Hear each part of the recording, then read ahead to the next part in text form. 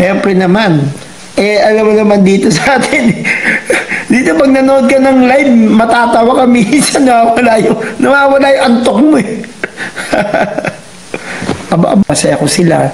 Kasi, nagtataka ako, pag ikaw pala, pag mayaman ka na, may pera ka,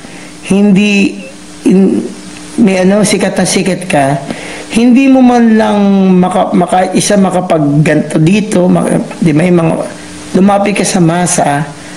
Kasi ba't ka ba sumikat? Dahil sa masa, di ba? Si Regine, kaya sumikat yan dahil sa masa. Si Ogie, si Gary B. Alam mo, magpasikat dyan, mayayaman. Hindi, no? Pasikat dyan yung masa. Tandaan nyo, pag ang isang idol, kaya nyong kausapin, kaya nyong abutin, yun talaga ang talaga makatao. Thank you nga at maraming nakakaunawa na yung mga tao dito. Talagang ito is gusto ko lang magpasaya ng mga tao. Lalong-lalo na sa mga OFW sa abroad. Dahil pare-pareho tayo. Kumikita ako ng pangkain ko lang. Minsan walang natitira. Minsan meron. Parang kayo, ganun din. Nakakaipon kayo. Minsan wala. Dahil papadala sa Pilipinas. Pare-pareho lang tayo. Huwag mo isiping malaki kita. Kung abroad, sa Amerika kasi ang pinaka gastos dito is dollars din. Ang dollars, ginagastos namin dito. Kaya, dahil sa sweldo ko, dollars din ganun din. Pareho lang din.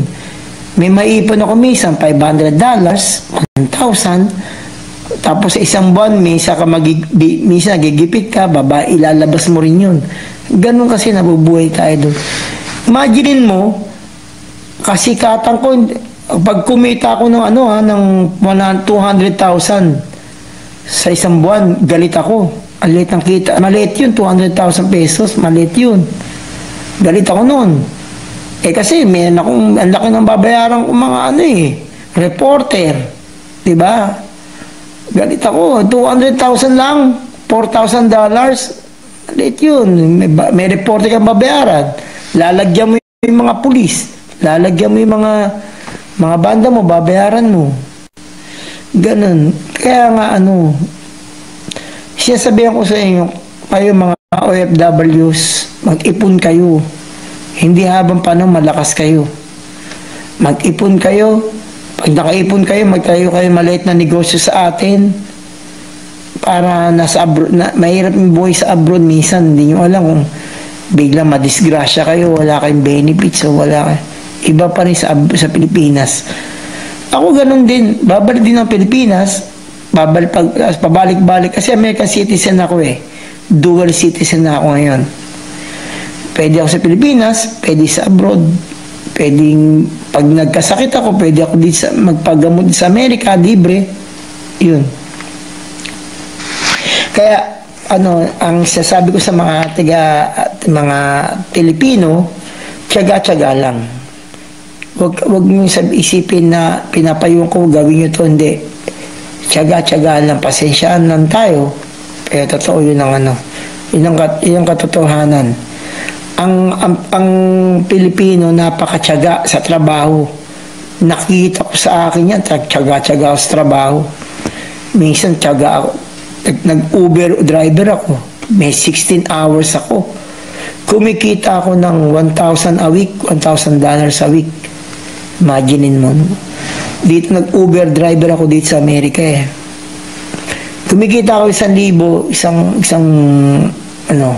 pero pagod naman talaga ako noon, 1,000, isang buwan.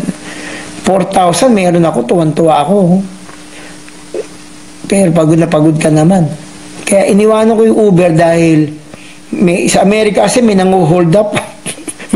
Namuntik na ako ma-hold up, umalis na ako sa pag-Uber. Sinubo ko lang. The singing driver nga ako, kinakantahan ko yung mga customer ko.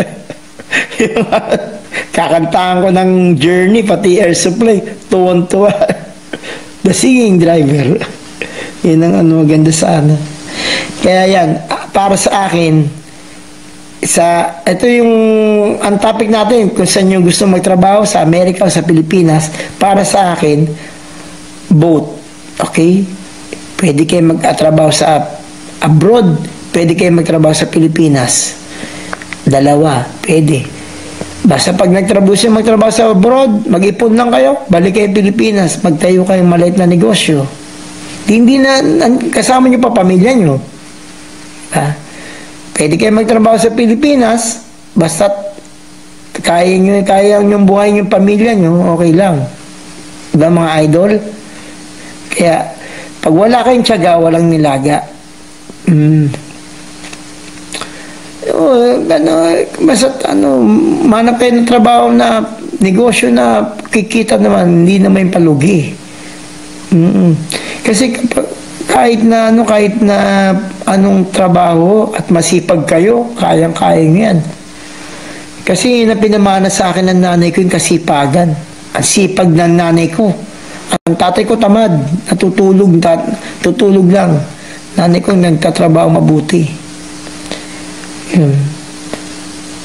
Kaya yun ang nangyayari sa Pilipinas. Minsan ang mga babae nagtatrabaho, mga lalaki nandun, nag-aalaga ng bata, tamad. Mas maraming tamad na lalaki kaysa babae, ewan ko. Kakaya. Kasi lalaki ako nakikita ko ganun. Sana mabago yun. Pwede sana yung mga lalaki matulungan nila yung mga asawa nilang babae para pareho sila may trabaho, makaipon sila, makabili ng bahay, tapos magkaroon ng konting negosyo. At syempre, papahinga na rin ako.